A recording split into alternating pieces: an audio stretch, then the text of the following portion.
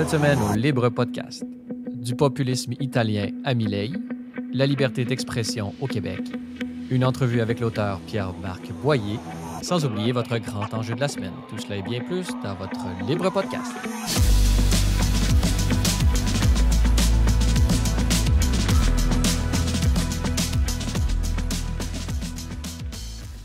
Bonjour et bienvenue à votre Libre Podcast, votre balado hebdomadaire entièrement consacré à l'analyse de l'actualité de la semaine, Libre Média. Je vous suis votre animateur Francis Denis en compagnie de mon collègue et rédacteur en chef à Libre Média, Jérôme Blanchet-Gravel. Jérôme, bonjour. Bonjour. Et notez que l'ensemble des sujets discutés au cours de ce balado sont traités en format écrit sur le site web de Libre Média au libre-media.com. Alors, un premier article, Jérôme, un article que tu as écrit toi-même, son titre « Du populisme italien à Milei, le voyage politique du mot caste ». Alors, la casta politica, parle-nous un peu de ce concept et un peu des liens qui unissent l'Argentine et l'Italie.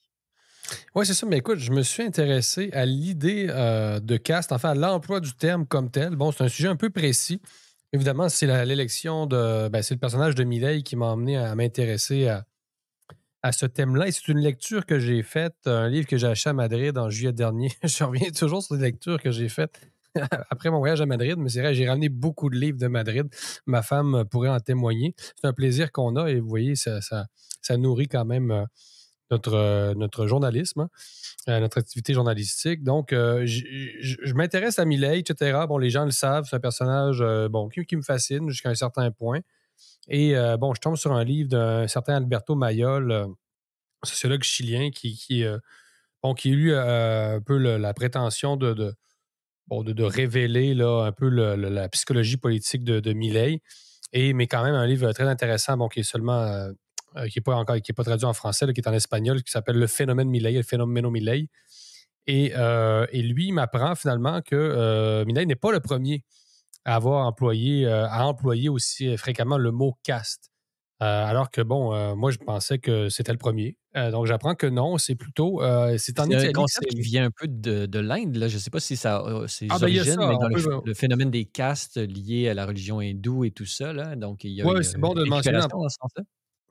Oui, c'est intéressant de le mentionner. D'abord, le mot caste renvoie au système de caste en Inde. Là. Une caste, selon effectivement l'hindouisme, c'est une catégorie de naissance, hein, à laquelle on appartient, qui détermine finalement notre statut social dans la société. Bon, c'est un petit peu moins vrai aujourd'hui, mais l'Inde reste traversée par ce système-là, qui est fondamentalement antidémocratique. Là.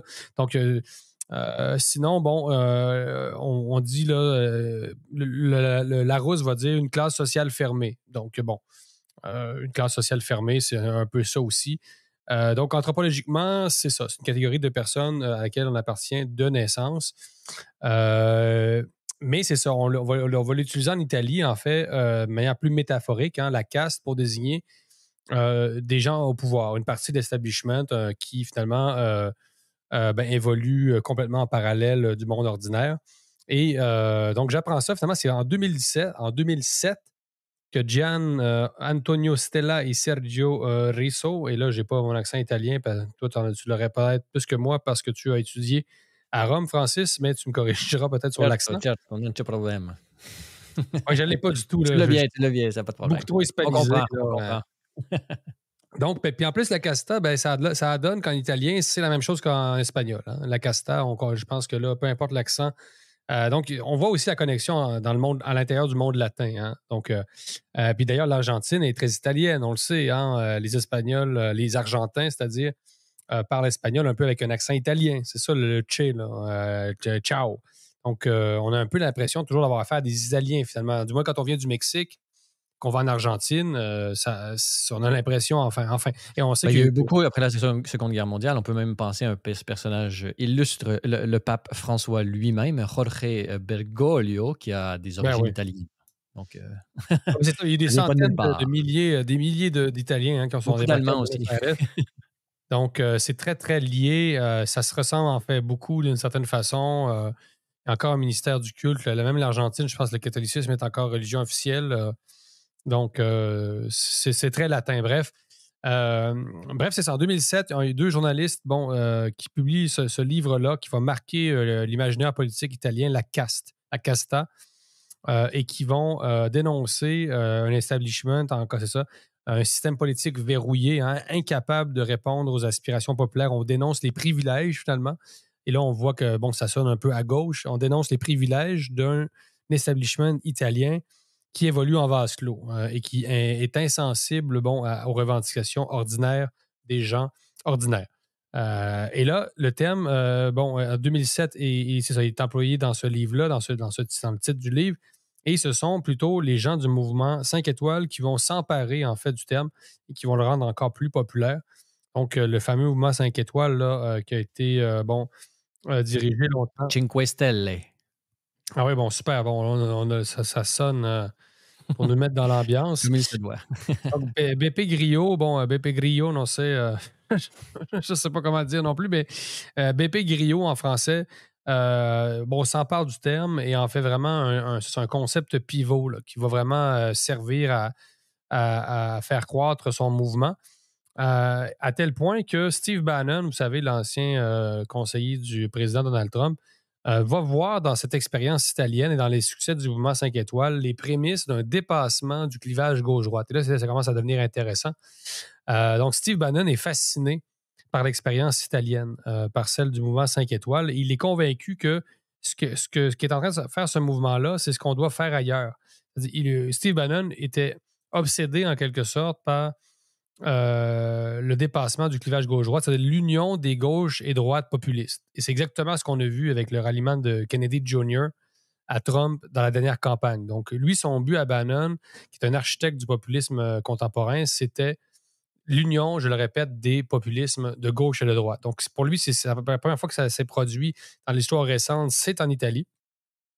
Et c'est vrai, quand on y réfléchit bien, la caste est quelque chose de très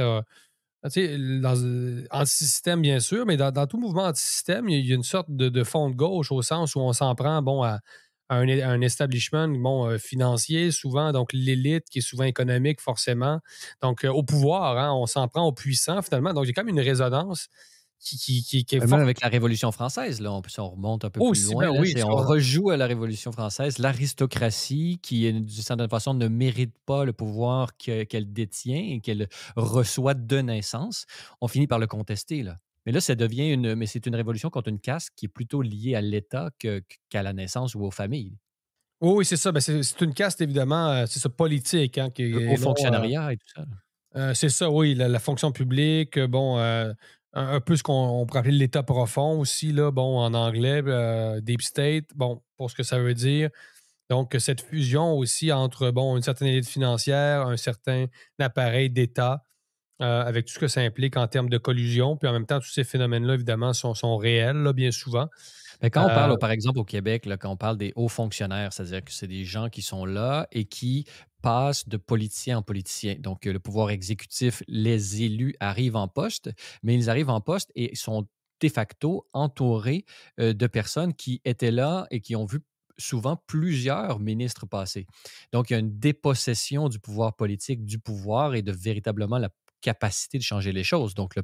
le peuple devient, de par cette mécanique, dépossédé de son pouvoir de représentativité au niveau politique. C'est Donc, c'est ça, un ouais. peu ce qui est en jeu en ce moment, c'est-à-dire qu'on se rend compte par les conventions collectives, la grosseur de l'État et tout ça, on se rend compte que le peuple est un peu dépossédé de sa possibilité d'avoir une maîtrise de son destin et finit par le contester. Ah Et oui. d'où les mouvements que tu décris, là. Ah, et pas juste un peu, hein. On a beaucoup parlé du gouvernement des juges, mais il y a Je un ne sais pas, gouvernement des mais ce fonctionnaires. qui s'en vient avec Trump, c'est sûr qu'il n'est pas juste un peu, c'est le moins qu'on puisse dire. Donc, il y a un gouvernement des juges puis un gouvernement des fonctionnaires. Donc, là, je remonte encore un peu plus.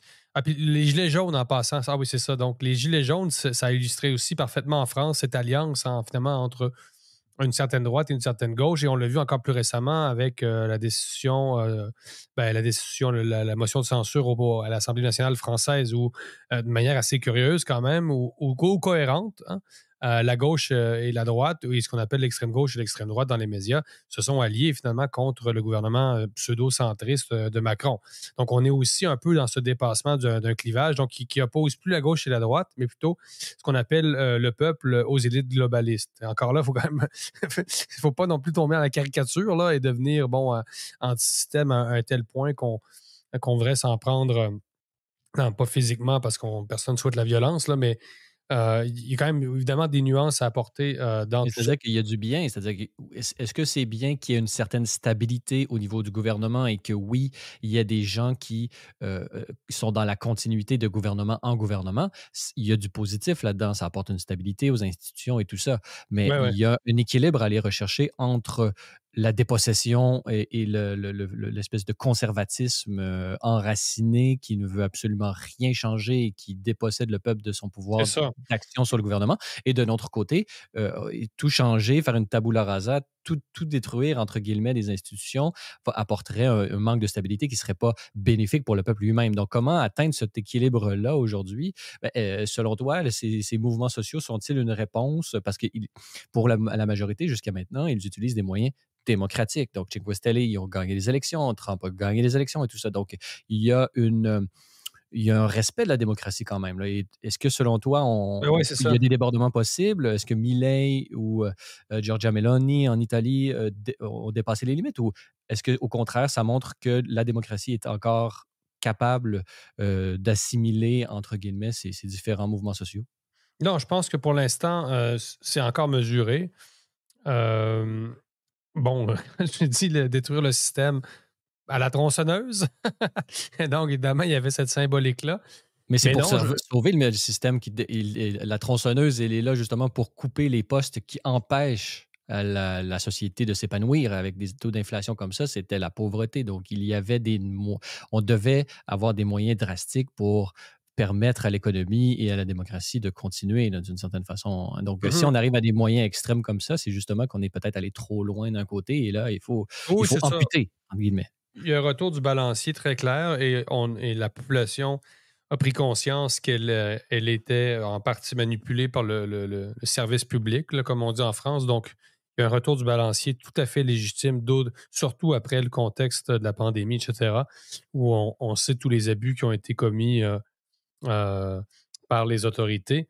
En conclusion de mon article, d'ailleurs, je défends en fait un peu l'utilisation du mot caste là, en nuance, mais je pense que c'est un outil conceptuel là, qui décrit bien quand même, qui canalise en fait l'ère du temps, là, qui décrit une réalité et qui capture, c'est ça, un peu, ben, c'est ça, une réalité à laquelle on doit, oui, s'attaquer, là. Évidemment, sans sombrer jamais dans la violence. Mais bref, pour continuer, bon, la généalogie, là, c'est-à-dire le voyage politique, comme j'ai du mot casse pour préciser. Donc, le mouvement 5 étoiles s'empare de ce thème-là entre 2013 et 2018, fait des gains électoraux importants.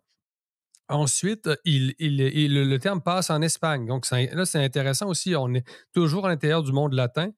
Et pour enchérir sur mon idée de dépassement du clivage gauche-droite, ben, en Espagne, c'est d'abord le parti de gauche, Podemos, un parti même d'extrême gauche, là, qui s'empare, qui récupère le terme et bon, qui l'utilise pour désigner l'élite financière.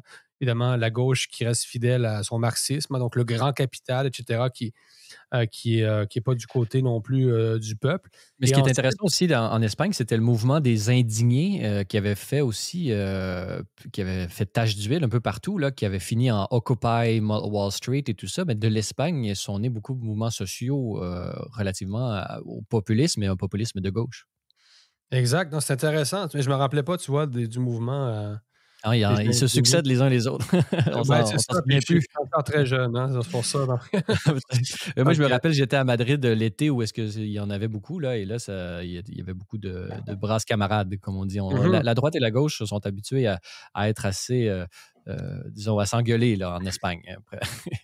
Donc, il y a même eu des débordements au début du siècle, là, mais là, aujourd'hui, je pense qu'il y a quand même une tradition où est-ce que les deux camps sont capables de dialoguer de manière plus civilisée, même si des fois, ça gueule pas mal fort. Ouais, ouais, ouais. Un D'ailleurs, en peuple Espagne, c'est toujours sanguin que le peuple espagnol. Ça reste assez polarisé. D'ailleurs, l'Espagne, je vous renvoie aussi une entrevue que j'avais faite avec Mme Alessia Poutine-Guidini, intellectuelle libérale qui avait reçu Libre Média, et imaginez-vous donc, à l'Athénée de Madrid, un haut lieu du républicanisme espagnol. Donc, je vous renvoie aussi à cette entrevue-là. Mais donc, c'est Podemos qui utilise le mot caste d'abord en Espagne et ensuite, quelques années plus tard, c'est Vox. Vox, qui est un parti présenté comme d'extrême droite, même, bon, certains le présentent comme un parti franquiste. Je pense que c'est un peu exagéré. Mais donc, le concept passe de gauche à droite là, constamment pour finalement atterrir, si je peux dire, en tout cas, finir entre les mains de Javier Milei en Argentine. Et peut-être que non, le mot casse n'a peut-être pas fini non plus son grand voyage politique, comme je le dis. Et là, Milei, et on s'aperçoit au travers de ça que Milei est un personnage, hein, finalement, qui est pas occidental, hein, qui a été étudié. Et les gens pensent que, bon, il est fou, etc., il est colérique, il n'est pas du tout colérique, en fait, mais comment dire, qui est, que, bon, on le présente un peu comme Trump, c'est-à-dire imprévisible, bon, des trucs comme ça, alors que ce n'est pas non plus le cas. Mais on pourrait dire qu'il est hyperactif, là. Il est quand même, Il est ce qui hyperactif, oui, transparaît, c'est ça. c'est qu'il Un ne doit pas dormir hyperactif, beaucoup. personnage coloré, etc. Bon, qui aurait déjà fait de la télépathie avec un de ses chiens décédés. Bon, là, c'est comme resté dans les annales. Il y a des livres qui ont été publiés sur lui, Le Fou, El Loco. C'est Le Fou. Donc, imaginez un titre d'ouvrage qui s'appelle comme ça. Donc, on le dépeint comme un fou, comme Trump a été dépeint comme un fou. Mais donc, bref, Milei, sa recette, elle a été, je pense, étudiée. Et c'est ça, ça n'est pas anodin. Et donc, Javier Milei, quand il a commencé à parler de caste, il savait très bien ce qu'il faisait. Il était probablement... il était Bien probablement très entouré. conscient de l'expérience italienne. Et Milei, d'ailleurs, c'est un nom italien. Hein. On revient aussi aux origines italiennes, un peu de l'Argentine. Euh, mais donc, c'est ça. On comprend que c'est ça. Milei, même la coupe de cheveux, là, Boris Johnson, il y a un peu un carnaval populiste. Ça, c'est la formule de Dan Poli pour citer un autre Italien, c'est l'auteur des Ingénieurs du chaos. Alors, c'est quelqu'un qui est beaucoup plus critique de ce qu'on appelle la droite alternative, mais il y a un peu, c'est ça, on assiste un peu à un carnaval populiste avec des moqueries, Donald Trump, ce qu'on appelle le trolling, le retour au mime. On est dans l'esprit du carnaval. Et le carnaval, c'est quoi? C'est l'inversion de la réalité, sans faire de lien avec ce que disait, en tout cas, sans faire euh, Mais c'est pas nécessairement l'inversion de la réalité. C'est-à-dire que le carnaval, c'est le moment où la bien, la manière de vivre à l'ordinaire est un peu enlevée pour laisser le fou, c'est-à-dire la folie qui est en nous, ce qui est restreint par les normes sociales. On met les normes sociales de côté, entre et, les, parenthèses, pendant un et les moment classes pour sociales. pouvoir. C'est ça. Ben, et le carnaval lui-même, comme phénomène, qui existe depuis de toujours, et particulièrement au Moyen Âge. Charles Taylor, il y a des belles pages dans son Âge séculier sur le carnaval. Et justement, c'est un moment prédéterminé, donc qui est vécu socialement. On a une date, ça commence, ça finit, mais durant cette parenthèse, on peut lâcher notre fou. Donc, est-ce qu'on vit un carnaval en ce moment au niveau politique? On est tellement enfermé dans une normalité asphyxiante que là, on fait un carnaval politique de 4 ans, là, puis là, on lâche notre fou, la liberté, on enlève les règles et tout ça. Non, on n'est pas, c'est pas exactement ça, mais dans l'image, je pense que c'est la formule est de Dame Poli, là, c'est pas la mienne. Euh, mais comment dire, dans cette. Il n'y a pas une volonté de renverser l'ordre établi, Mais de mais le le mettre recours en à la parenthèse. moquerie, quand même, il y a quelque chose tu sais, Trump fait le clown d'une certaine façon, et on l'a vu encore une fois cette semaine, bon, quand il a posté une photo de lui avec un drapeau canadien au Canada.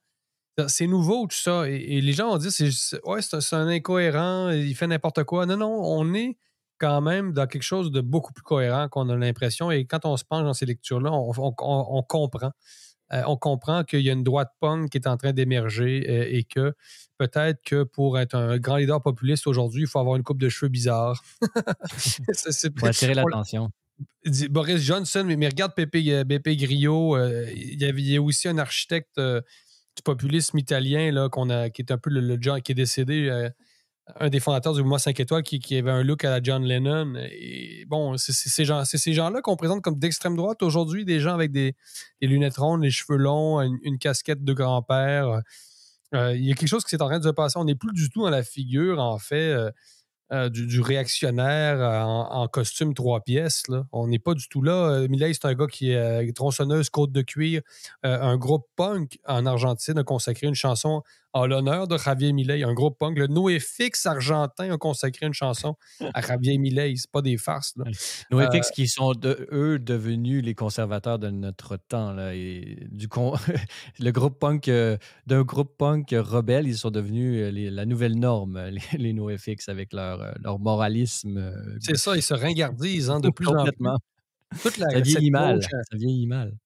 Oh, et toute cette gauche institutionnelle, et là, on vient, je pense qu'on en parlait la semaine dernière au Libre Podcast, tu sais, on vient à cette idée-là, c'est-à-dire d'une droite rebelle contre une gauche de plus en plus conformiste, de plus en plus ringarde, qui se voit pas aller et qui vieillit mal et qui n'est pas consciente du tout de son déclin et d'être de moins en moins, d'avoir de moins en moins l'écoute aussi des nouvelles générations. Et je pense qu'il y a un peu d'exagération là, quand on nous raconte récemment que les jeunes hommes passent radicalement du côté du masculinisme, tout ça. Je pense que c'est un peu exagéré, mais je pense que oui, quand on regarde ce qui se fait, excepté certains podcasts là, où quand même là, on décrit l'homme hétérosexuel blanc, là, mais encore là, c'est des clichés qui vont très mal vieillir. Je pense qu'il y a un appétit chez plusieurs jeunes pour une société, entre guillemets, plus normale et moins moraliste, parce que finalement, c'est carrément, c'est l'Église woke, finalement, qui nous sermonne à longueur de semaine et ça fera pas long feu. Hein. Honnêtement, je pense que non. Mais pour faire du surf là-dessus, quand est-ce qu'on va arriver à notre représentant québécois de cette mouvance là, mondiale? Parce qu'on on peut penser à Éric Duhem a peut-être l'idéologie qui correspond à ce mouvement. Plus de liberté, moins d'État et tout ça. Il faut couper, bon, des régulations, utiliser richesse, création, bon, etc. Mais lorsqu'on regarde Éric Duhem, il est beaucoup plus poli, il est beaucoup moins flamboyant qu'un Javier Milei et tout ça. Est-ce qu'il faudrait qu'Éric Duhem se trouve un symbole, un cri de ralliement? Ou est-ce Ouais, que, plus que bon, mon char, mon choix. la figure est encore à attendre? Ben, ça va arriver quand je vais me présenter au poste de premier ministre. Non, mais moi, je sais pas, Tenez-vous là pour dit, chers auditeurs. ma coupe de cheveux est encore beaucoup trop conventionnelle pour. J'ai pas la tête de l'emploi encore, je pense. Mais non, je rigole parce qu'évidemment, chers auditeurs, je vais continuer plusieurs années de Libre Média. Euh, mais, euh, mais oui, c'est vrai, Poilievre ne correspond pas non plus à cette droite punk tout à fait. En même temps, on me dit, Yann et Frank, tu vois, bon, on avait évoqué un peu la question.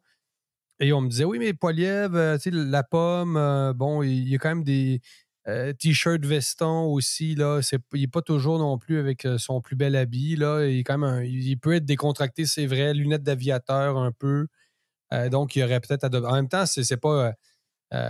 Tous les dirigeants de droite n'ont pas non plus à copier là, la recette là, de Johnson ou de Milei sur le plan vestimentaire. C'est pas ça qu'on dit aujourd'hui, mais il manque effectivement, je pense, Francis, tu le soulèves là, avec raison. Là, c'est-à-dire qu'il manque un peu de l'étincelle. Là, ouais, ça manque un petit peu de substance là, quand même actuellement à droite au Québec et peut-être être plus attentif justement à ce qui se passe à l'international pourrait nous inspirer, nous donner des idées autres.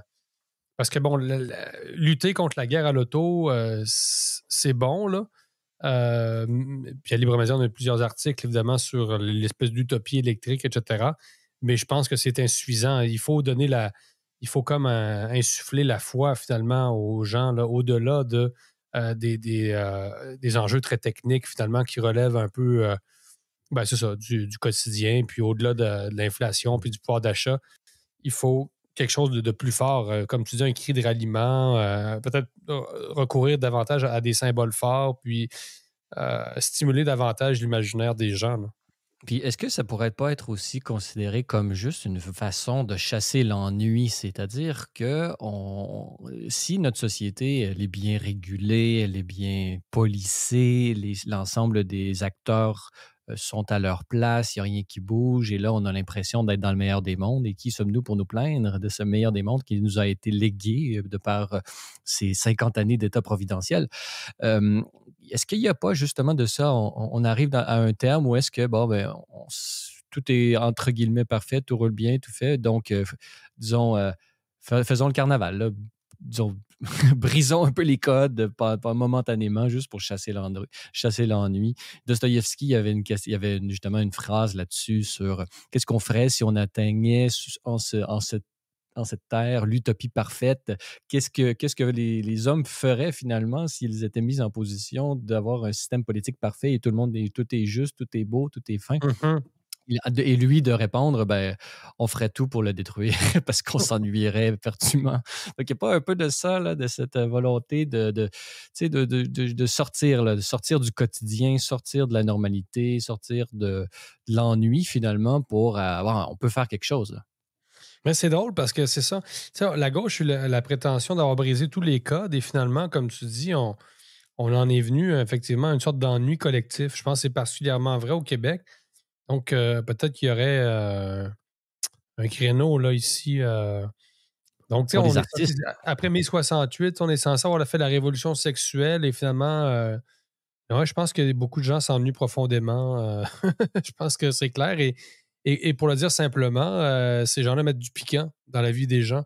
Donald Trump, il est marrant. Je veux dire, qu'est-ce que je te dis? Il est marrant et je comprends que bon, tous les boomers accrochés au Journal de Montréal ne saisissent pas son type d'humour.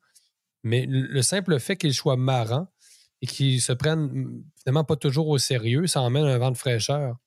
Hein? Donc, on revient un peu au carnaval, là, mais c'est ça. Et peut-être qu'un trop plein de conformisme aussi, hein, ce conformisme-là qui Qui est convient prêt à pas. exploser, qui est prêt à exploser. Le Québec pourrait éventuellement y arriver, là, mais c'est sûr que Et ça prend plus c'est d'ouverture.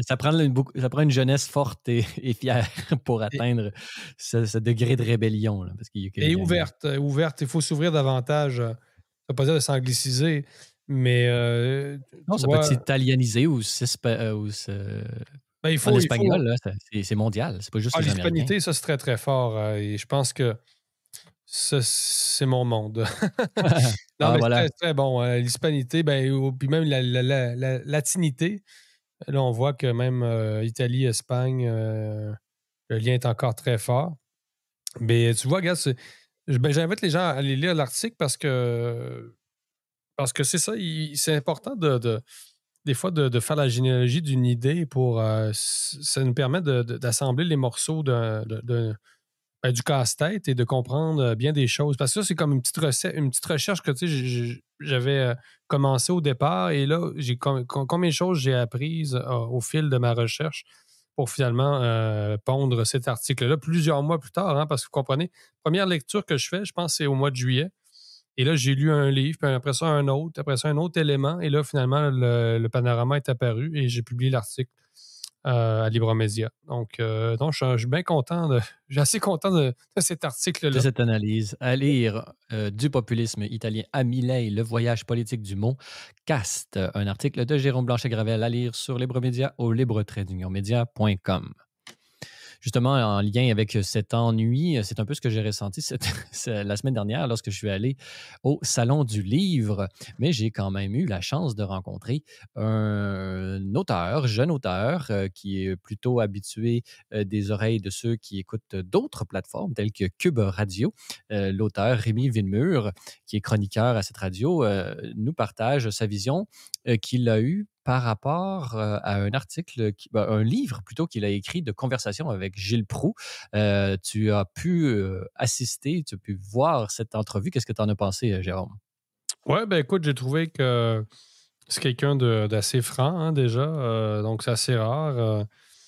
Et le fait que, bon, de mettre ça en relation avec le monde du livre, parce qu'on parle beaucoup des médias, mais ce qui est bon, c'est de rappeler aussi aux gens à travers cette entrevue, disponible sur YouTube, bien sûr, et sur notre site, que le monde de l'édition aussi, hein, est contaminé d'une certaine façon par cette bien-pensance-là. Donc, on parle beaucoup des médias, mais le monde de l'édition, tu l'as constaté avec lui, subit cette censure.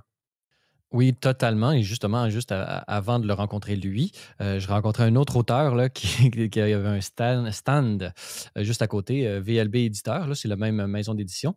C'était Maxime Blanchard, là, dans son livre La mère patrie, qui a passé un peu dans les médias québécois. Là. Je ne sais pas si nos auditeurs ont pu s'arrêter et voir un peu les entrevues qu'il a réalisées. Je vous invite à aller les lire. Dans son livre La mère patrie, il expliquait justement à quel point, parce qu'il est très, très, très cinglant, là, très acerbe contre la culture québécoise, à quel point ça avait été difficile pour lui de se faire publier. Donc, on voit qu'il y a certaines maisons d'édition, VLB Éditeur semble en être une, qui est liée au groupe québécois, qui est capable de prendre le taureau par les cornes et justement profiter de cette niche-là. Si ici, tout le monde est dans la censure, tout le monde est dans, il ne faut pas que je dise ça, ou dans les sensitive readers, c'est-à-dire des lecteurs de sensibilité qui viennent censurer pour faire en sorte qu'il n'y ait jamais rien, il y a jamais une parole qui sorte, qui dépasse la ligne et qui finalement, disons, choque une personne ou la sensibilité d'une personne. Je pense qu'il y a un créneau. Là. Il y en a d'autres, des maisons d'édition. Libère en est une. Là. Je pense que toi aussi, tu as publié de nombreux ouvrages. Est-ce que tu as déjà eu, toi, Jérôme, à faire face à cette censure ou à ces tu ne devrais pas dire ça comme ça? Moi, dans mon livre, par exemple, à Libère, j'ai un excellent éditeur au sens de celui qui a travaillé le texte. Jamais il y a eu une volonté de changer quoi que ce soit au propos de mon livre, une révolution pour rien. Au contraire, son but, c'était de se faire, entre guillemets, l'avocat du lecteur pour que mon propos passe le mieux possible au sens l'information soit transmise, évacuer les répétitions, évacuer les mots inutiles et tout ça et tout ça. On le sait lorsqu'on m'entend, j'utilise beaucoup de mots inutiles tout le temps. Mes phrases sont très longues, nos auditeurs sont habitués. Mais toi, Jérôme, dans ton expérience d'auteur, est-ce que tu as déjà eu à faire face à Ah, cette... plusieurs fois, là. Mhm. Plusieurs fois au Québec, des gros problèmes là, dans le milieu d'édition. Là. Je pense que ça ne s'est pas amélioré. Évidemment, c'est ça, il y a certains éditeurs qui tiennent le fort de la liberté d'expression comme Libère. Mais moi, c'est pour ça aussi que je me suis tourné assez rapidement vers la France aussi, non seulement parce que bon, la France est un plus grand marché, puis c'est un peu les lignes majeures, là, bon, sans nous dénigrer. Le milieu intellectuel québécois par rapport au milieu intellectuel français, c'est un peu comme le junior majeur par rapport à la Ligue nationale. Là. Les gens vont dire ah, lui, il aime trop la France. Là. Non, j'exagère un petit peu, mais des fois, c'est un peu vrai aussi. Là. Et Libre Média Mais parmi travaille. les Québécois ne sont pas les seuls, c'est-à-dire que la francophonie dans son ensemble, je pense que le cœur de la littérature française, le Québec n'est pas le seul pays ou seule province de la francophonie dans le monde. Donc, je pense que la France est quand même la plus avancée et la plus où est-ce que Ben, cette Paris est le littérature et cœur. cette liberté, cette quantité d'auteurs, je pense que c'est inégalé. Là. Donc, tu as raison de dire que c'est les lignes majeures, je pense. Mais Paris Le Québec appartient n'est à pas tout le les monde seuls aussi. dans les lignes mineures, disons ça comme ça. C'est ça. Puis il y a des joueurs qui peuvent être repêchés là, je veux dire, sans habiter à Paris, là, comme bon, évidemment Bock-Côté et d'autres.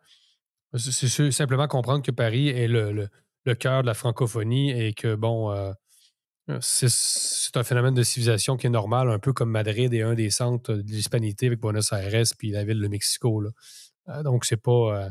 Tout le monde peut y participer. Mais bref, je ferme la parenthèse là, sur la France.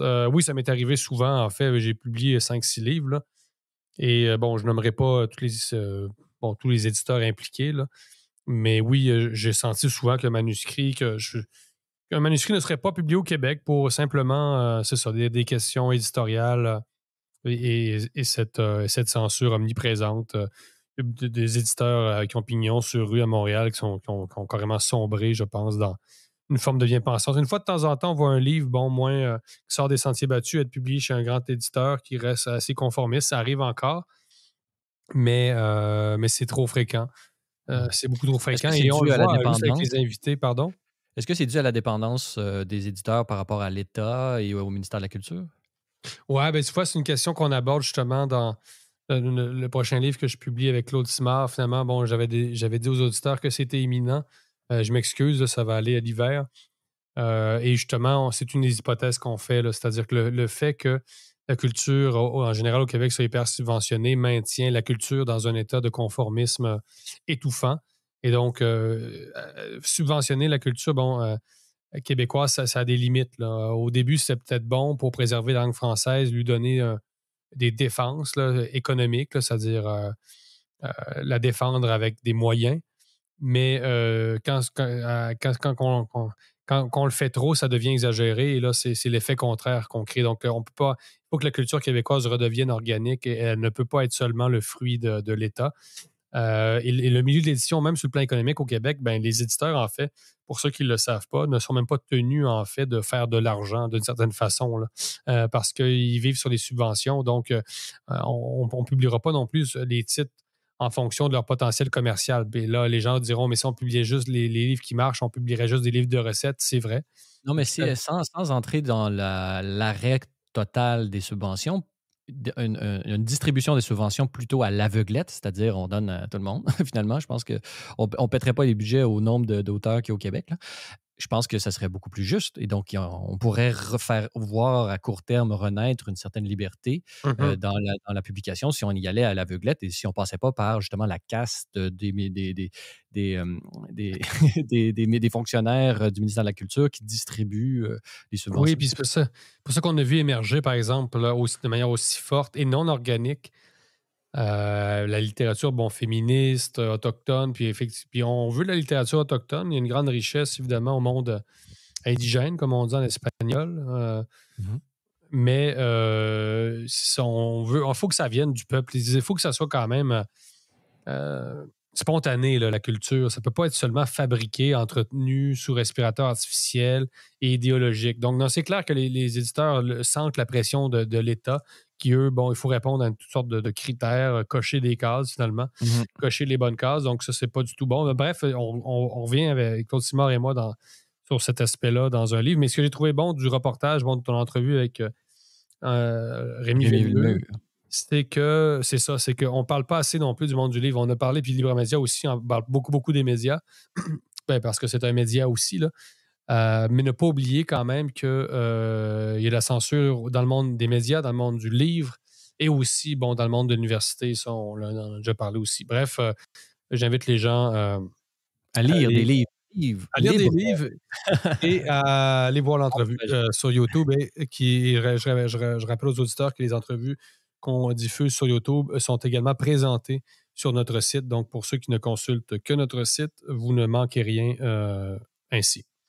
Donc, vidéo à voir et à écouter et à méditer oui, et même à participer comme on le peut, à lire sur Libre Média ou libre-media.com. Libre Média, c'est beaucoup plus qu'un site web. C'est votre porte d'entrée dans l'univers médiatique. À Libre Média, nous croyons qu'il faut vous donner les moyens d'accéder aux informations qui comptent pour vous. Gardez une longueur d'avance grâce à nos analyses approfondies et à notre couverture exhaustive. Pour tous les détails, visitez notre site web au libre-media.com. Aimez, partagez, abonnez-vous dès maintenant. Libre Média, parce que vos choix sont importants. Alors, dans la deuxième partie de ce podcast, Jérôme, un article que tu as écrit, un article entrevue qui parle d'un roman que tu qualifies d'incisif et de bien ficelé. Son auteur est avec nous, Pierre-Marc Boyer. Bonjour. Bonjour. Alors, Jérôme, comme tu l'écris dans ton article disponible sur libre-media.com, ce roman dresse un portrait, mais en même temps fiction, pour rien nous dire, qui imagine un Québec frappé par une étrange pandémie de meurtres dont les conséquences sociales et politiques rappellent celles de la COVID-19. C'est ça. Pierre-Marc a répondu positivement là, à mon invitation d'entrevue écrite. Parce que l'écrit, nous permet d'être très précis, mais on voulait quand même l'avoir aussi à l'oral. Donc, Pierre-Marc, écoute, tu t'expliques déjà dans cet entretien écrit, mais si tu peux quand même répondre à notre public qui préfère la voix orale, c'est-à-dire le Oui. podcast. Écoute, tu as publié Inversion, c'est un roman assez étonnant comme je l'écris, effectivement, qui est incisif, qui est bien ficelé. On pourrait dire que c'est un roman c'est professionnel. Bon, tu es avocat de formation et de profession. Et tu mets en scène, effectivement, une sorte de pandémie. En fait, pas une pandémie, mais c'est pas une pandémie de virus, c'est une pandémie de meurtre. Ta motivation première, ton idée était venue à quelle époque, à quel moment ça a germé ce scénario-là? Ben, écoute, je te dirais que, tu vois, j'avais écrit mon premier roman qui s'appelle Inconduite, qui était un peu une histoire un petit peu inspirée du Bûcher des Vanités, mais version MeToo Québec. Une espèce de dénonciation burlesque là, d'inconduite sexuelle. Et ça avait été publié à la fin 2019. Alors, je me suis ramassé à peu près au début de 2020 avec une idée. Je me suis dit, bon, je vais faire quelque chose d'un peu plus. J'avais le goût de mettre un petit peu une sauce horreur dedans, à la Stephen King, peut-être un peu Patrick Sénécal, dans le genre un peu, et adapté à mon style à moi. Donc, j'ai commencé en début 2020, je dirais janvier 2020 à écrire ça, et en toute franchise, on était rendu déjà au mois de mars 2020, début mars. J'avais déjà écrit à peu près 40 à 50 % du roman, je suis certain de ça. Là, à savoir quelles parties ont été écrites des fois après, des fois c'est un peu difficile parce qu'il y a eu des changements, mais tu sais, il reste que mon objectif au départ, c'était plus un peu du divertissement, mais aussi, quand il est arrivé les mesures de restriction de liberté qu'on a connues à partir de mars 2020, là, ça a pris toute une autre tangente. Puis c'est vrai que j'ai insufflé ce volet-là dans l'histoire, mais l'histoire de la pandémie de meurtre puis de la possibilité d'un virus, tout ça, est venue avant la pandémie. Je tiens à le dire. Beaucoup de gens m'ont dit, mais voyons, ça ressemble beaucoup à ce qu'on a vécu. C'est vrai qu'il y a certains éléments que j'ai intégrés après les faits, après le début des mesures de restriction, mais il reste que, je veux dire, il y a quelque chose que j'ai dû capter dans l'inconscient qui s'en venait parce qu'il y avait beaucoup d'éléments qui étaient déjà là avant le début là, de mars 2020, des mesures de restriction. C'est même une note de l'éditeur, ou en tout cas de l'auteur en début d'ouvrage qui mentionne que oui, une grande partie du livre a été imaginée avant la pandémie. C'est assez étonnant, mais comme tu le suggères, c'est que le Québec était déjà prédisposé, en fait, à connaître, à réagir ainsi à ce pouvoir autoritaire, finalement. Donc, il y a vraiment un volet politique dans le livre. Bon, je te pose la question encore une fois dans l'entretien, mais est-ce que c'est un roman à thèse? Comme on dit souvent que les romans de Michel Houellebecq sont des romans à thèse. Tu t'inscris un peu dans cette mouvance-là. Dirais-tu ça? Absolument, absolument. Et même je dirais davantage jusqu'à un certain point que Michel Houellebecq, dont j'ai lu presque tous les livres, mais je veux dire, c'est clair que c'est un pamphlet. Je veux dire, j'utilise un peu la formule du roman qui procure une certaine immunité, il faut le dire, pour passer un message. Mais ça reste aussi une histoire. Je veux pas... Ça reste aussi simplement, pour ceux qui veulent lire ça sans penser à une dénonciation, ça peut être ça aussi, là. Je veux dire, avant tout, c'est une façon d'exprimer quelque chose, de ma créativité. Il y a l'amour des mots aussi. J'aime beaucoup les mots, j'aime beaucoup la langue française. Mais ça reste que la toile de fond, c'est aussi une dénonciation, je veux dire, de ce qu'on a vécu. Puis à partir du moment où vraiment, là, les événements, à partir de mars 2020, se sont prolongés, puis je voyais là, qu'on n'en sortirait pas là, rapidement. Là, je voyais que ça s'en allait vers du 2-3 ans de mesures de restriction. Bien là, il y avait quelque chose qui avait besoin de s'exprimer. Puis, à mon avis, comme tu disais, là, tu parlais de prédisposition du Québec, toute cette réflexion-là sur notre passé, notre culture, notre histoire, puis qu'est-ce qui fait qu'on était prédisposé à ça, ça m'avait jamais traversé l'esprit avant de vivre ce qu'on a vécu. Mais je suis obligé de constater, comme je te le disais dans l'entrevue écrite, c'est que je suis obligé de constater que malheureusement, il y a une religion qui a été remplacée par une autre ici, là, qui est au moment où il y a eu la Révolution tranquille, il y a eu la religion catholique qui a été prestement évacuée, tu sais, très rapidement. Mais on l'a remplacé par une autre religion. Il n'y a pas de vide, là. Il y a un vide qui s'est créé, mais il a été comblé par la religion du gouvernement. Et c'est, à mon avis, la raison principale pour qu'il y ait autant de gens, à mon avis, qui ont embarqué dans ce narratif-là, imposé par le gouvernement. Un documentaire à Libre Média dont Francis est le réalisateur qui C'est un peu le même parallèle. Peut-être Francis peut renchérir sur cette idée-là qu'on partage. Mhm. Oui, ben c'est ça. On invite nos auditeurs à aller voir ce documentaire post-mortem qui mettait en valeur Jérôme lui-même et son expérience d'exil là, pendant la COVID. Mais quand vous parlez de religion, d'État, est-ce que c'est une religion, est-ce que vous parlez de manière métaphorique ou c'est vraiment encore l'espèce de religiosité catholique du début du 20e siècle qui est, selon vous, encore là? Est-ce qu'il y a finalement eu une révolution tranquille, selon vous? Ben, à mon avis, en fait, je ne sais pas comment, peu importe comment on nomme la chose, moi, ce que je pense qui est arrivé tout simplement, c'est que l'obéissance des Québécois, puis le besoin de s'en remettre à une autorité, on est passé d'un gouvernement, c'est-à-dire on est passé d'une religion catholique, puis de tous ses représentants qui étaient au Québec, on est passé de ça à une obéissance à un gouvernement. Donc, c'est pas une religion. Pour répondre à votre question, c'est un peu métaphorique dans le sens que c'est pas une religion officiellement, mais c'est un ensemble de valeurs. Donc, on a remplacé dans le sens de religion. Donc, ces valeurs-là catholiques ou cette obéissance à la religion, à mon avis, a été remplacée par l'obéissance à l'autorité gouvernementale. Et il y a un autre élément aussi qui est intéressant, c'est que je pense que à mon avis, ça c'est personnel, c'est vraiment personnel, mais je pense que le fait d'avoir évacué la religion, on a aussi beaucoup évacué toute la spiritualité. Parce que la spiritualité, pour moi, c'est beaucoup plus large que la religion. C'est la connexion à quelque chose de plus grand, c'est la connexion à notre essence profonde. Puis je pense que quand tu es très, très, très connecté sur ce que l'autorité du gouvernement te dit, puis ce que les médias te disent, nécessairement, la plupart des gens, à mon sens, puis les sociétés qui sont comme ça, il y a beaucoup de ces gens-là qui sont en fait déconnectés de leur dimension spirituelle. Puis je crois que c'est une des raisons qu'il y a autant d'adhésion au Québec. C'est qu'il y a beaucoup de gens qui se sont déconnectés beaucoup de leur dimension spirituelle. Puis encore une fois, spirituel inclut les religions, mais inclut, je veux dire, toute notre dimension spirituelle. Ben, je pense que ça rend ces gens-là plus vulnérables à être, obéissants face à une autorité qui leur dit de faire n'importe quoi. Ça, c'est c'est clair, moi, je partage cet avis. D'ailleurs, beaucoup de gens qui ont résisté aux mesures sanitaires, en tout cas à leurs excès, c'était souvent des gens à tendance religieuse, ou en tout cas des croyants ou un peu plus croyants que la moyenne.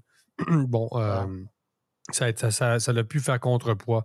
Non, c'est clair, le Québec, c'est une société matérialiste qui est, c'est ça, l'esprit spirituel, c'est l'esprit d'abord. Là, donc, voilà. Mais bref, on le répète quand même aux gens, c'est une œuvre littéraire. Oui, c'est une histoire, c'est un récit dans lequel vous mettez en scène un couple d'avocats. D'ailleurs, c'est ça, Marianne et Noé. Donc, pour revenir un peu à l'aspect, le roman du roman comme tel. Donc, vous nous plongez quand même malgré tout au-delà de ce Québec ultra aseptisé et conformiste. On va y revenir peut-être. Vous nous plongez quand même dans l'univers du monde du droit aussi. Que vous présentez quand même le milieu du droit comme un peu superficiel. Est-ce que je me trompe? C'était pas nécessairement le but. Superficiel, dans quel sens? Qu'est-ce que vous voulez dire? Par rapport à certains événements ou certains passages? Non, superficiel dans le sens où, il y a Marianne qui est très carriériste et vous nous faites entrer quand même parce que peut-être, malgré vous, peut-être que vous en êtes moins conscient parce que vous baignez vous-même dans le milieu du droit, mais pour quelqu'un qui est pas avocat, vous nous rendez plus familier, vous nous familiarisez, c'est ça, avec avec ce travail-là quand même. Et quand même, on voit que c'est une profession qui est marquée par, c'est ça, disons, la performance. Il y a beaucoup ça. Là, et bon, Noé, lui, veut plutôt une vie plus authentique que celle que vit sa conjointe. Est-ce que c'est un peu une lecture? Oui, tout à fait. Puis tu sais, la description que j'en fais, c'est une description qui est tout à fait objective. Là. Je veux dire, le monde du droit ressemble tout à fait à ce que j'ai décrit là-dedans. Les jeunes avocats qui font des heures de fou dans les grands cabinets, c'était déjà un peu j'en avais déjà parlé dans mon premier roman, mais je renchéris ici. Puis veux pas, c'est ça. Il y a une dualité parce que, comme vous l'avez décrit, l'avocate, elle, est beaucoup plus carriériste, tandis que son conjoint, il est un petit peu plus... Il est un peu moins carriériste, puis il recherche plus d'authenticité, effectivement. Et c'est une dualité qui existe ça, dans le monde juridique. Il y a cette dualité-là qui existe. On a vu apparaître depuis 10, 15, 20 ans beaucoup d'avocats qui rejetaient le modèle des grands bureaux, qui cherchent à avoir plus de qualité de vie, puis tout ça. Alors qu'il y en a qui continuent malgré tout là, de vouloir avoir la carrière d'associé de grands bureaux, etc. Donc ça, c'est une réalité qui existe, qui est tout à fait objectivement décrite là-dedans et qui est fidèle, je crois, à ma compréhension de la réalité. Et je campe ces deux avocats-là dans le monde juridique parce que c'est un monde que je connais. Et c'est aussi une façon de donner quelque chose à mes lecteurs de ce que j'ai appris de la vie dans ma carrière. Parce que je sais que les gens sont toujours intéressés à avoir des histoires de procès. C'est toujours un peu fascinant, malgré que les gens ne réalisent pas à quel point la réalité du monde du juridique, incluant les procès, est beaucoup plus banale que ce que l'on présente dans les... Parce qu'au début, justement, c'est ça, c'est aussi un retour au réel que vous décrivez, c'est-à-dire quand, par exemple, une première plaignante, se rend au palais de justice, fait un accident, et là, on gâche pas du tout, là, on est vraiment au début du livre, et finalement, on apprend que cette plaignante-là qui poursuit, je pense, la ville de Montréal pour une chaussée non déneigée, vraiment, on se rend compte qu'elle a fait une crise de panique et ça ne fait pas partie de la poursuite. Là. Donc, il y a des éléments très concrets aussi dans tout ça, hein, au-delà de la philosophie et du droit, là, quand même des exemples assez comiques que vous emmenez. Bien, en fait, ce que je fais, c'est que je fais un petit peu d'éducation au lecteur sur c'est quoi la réalité vraiment juridique. Puis comme je le disais, c'est beaucoup plus prosaïque et si on veut, banal dans la réalité du monde quotidien. Je ne veux pas dire que mon travail est plate, bien au contraire, mais c'est pas le glamour qu'on voit dans les A Few Good Men avec, Tom Cruise qui fait le contre-interrogatoire. Ça se passe pas comme ça. Mais aussi, et donc, je campe cet univers-là, mais ça reste que c'est pas un livre sur le monde juridique. Là, c'est un roman qui parle de l'histoire. Ça fait partie du décor, oui.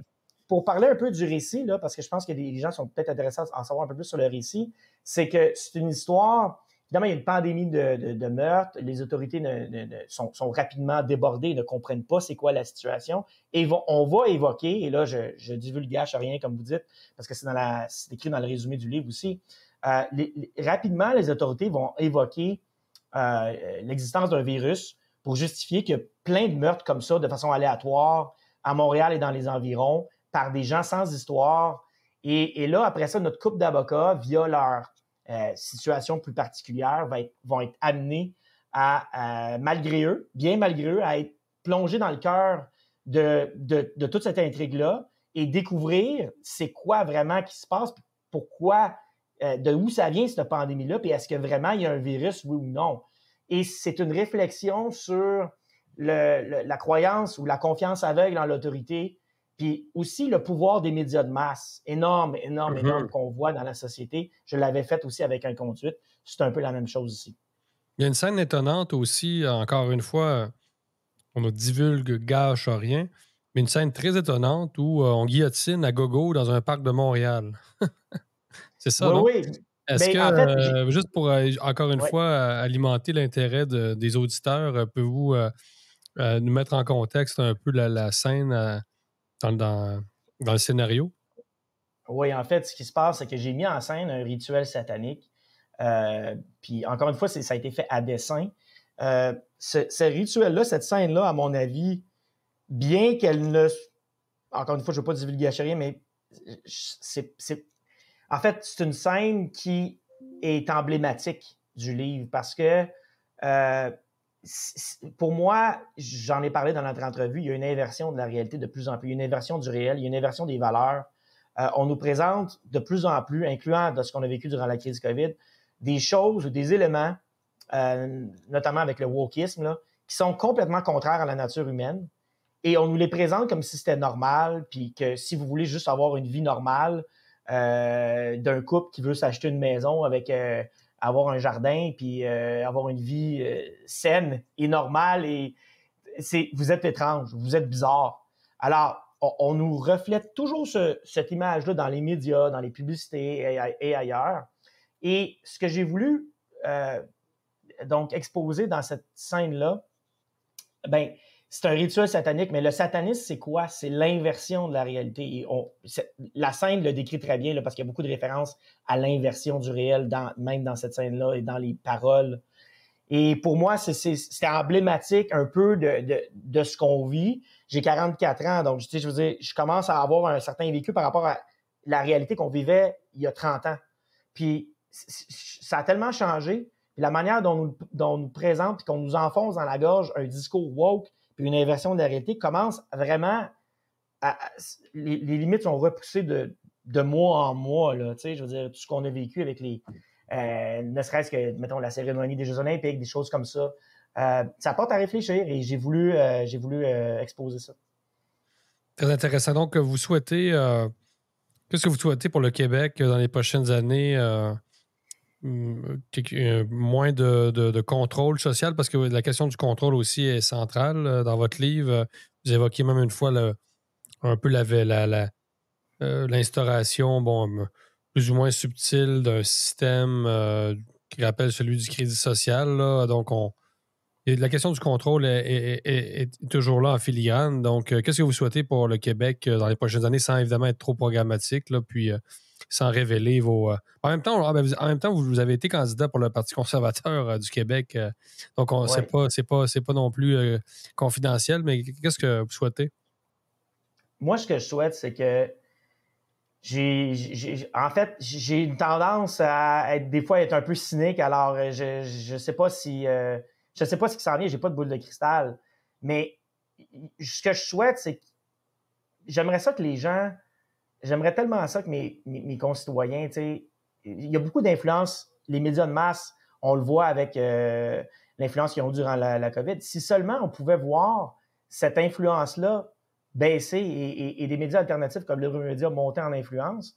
Et heureusement, si je peux me permettre, là, ce qu'on voit, c'est qu'il y a vraiment une tendance de ce côté-là qui est claire. Parce qu'aux États-Unis, par exemple, on voit des gens comme Joe Rogan qui montent en importance. Et parallèlement, on a des médias de masse qui diminuent en importance parce que veut pas, ça va avec les boomers qui décèdent peu à peu. Là, et ceux qui regardent les médias de masse, c'est les boomers. Mais si on avait juste cette ouverture-là de plus, puis de la part des gens pour simplement avoir une ouverture d'esprit de concevoir qu'il existe autre chose que l'image ou les perceptions qu'on cherche à nous enfoncer dans la gorge via le narratif dominant, mais qui, espérons-le, devient de moins en moins dominant. Et c'est ça que je souhaite. Pour plus de liberté, plus de...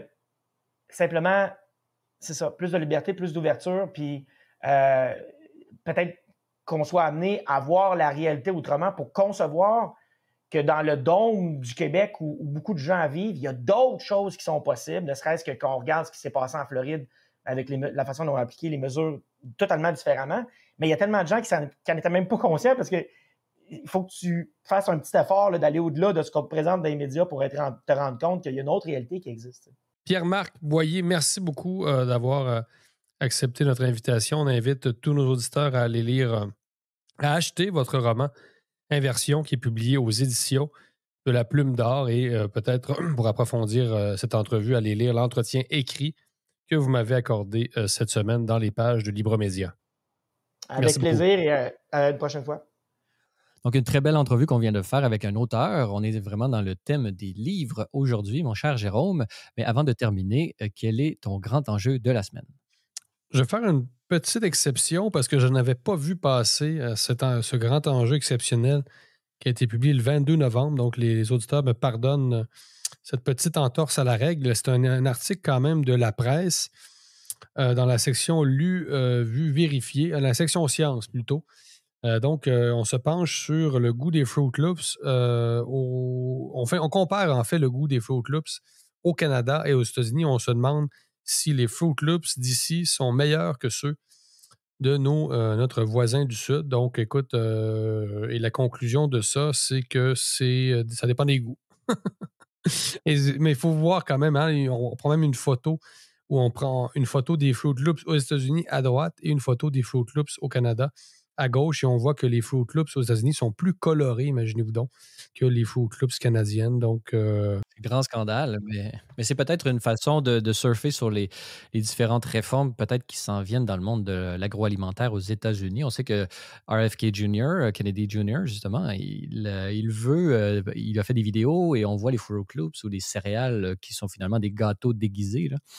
Et il veut les prendre un peu à, disons, faire face, puisqu'ils rendent les gens malades. Donc, peut-être qu'en essayant de faire une distinction entre les Fruit Loops canadiennes et les Fruit Loops américaines, on essaie de préserver les Fruit Loops canadiennes. Donc, c'est peut-être effectivement, ça a peut-être une véritable valeur scientifique. Simplement, faut juste pas oublier que pendant qu'on Il y a des parle vrais enjeux quelque part aussi, là.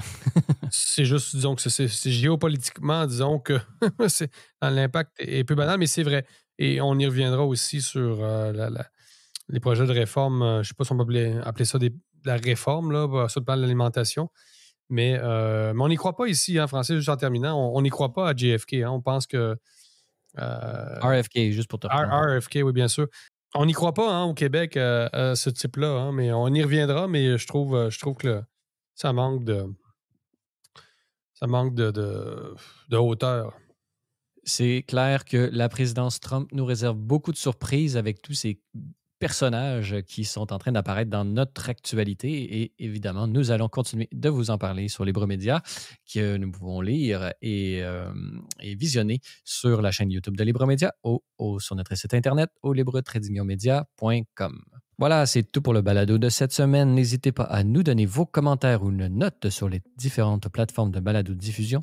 Cela nous aide beaucoup à faire connaître et rayonner le podcast. Vous êtes également invité à nous rendre visite au libre-media.com sur X, TikTok ou si vous êtes à l'extérieur du Canada, ce pays libre et démocratique, vous pouvez nous rejoindre par l'ensemble des plateformes du groupe Meta. Jérôme, bon week-end à toi. Bonne fin de semaine à tous nos auditeurs. À vous tous et toutes, merci d'avoir été des nôtres et revenez-nous la semaine prochaine pour un autre épisode du Libre Podcast.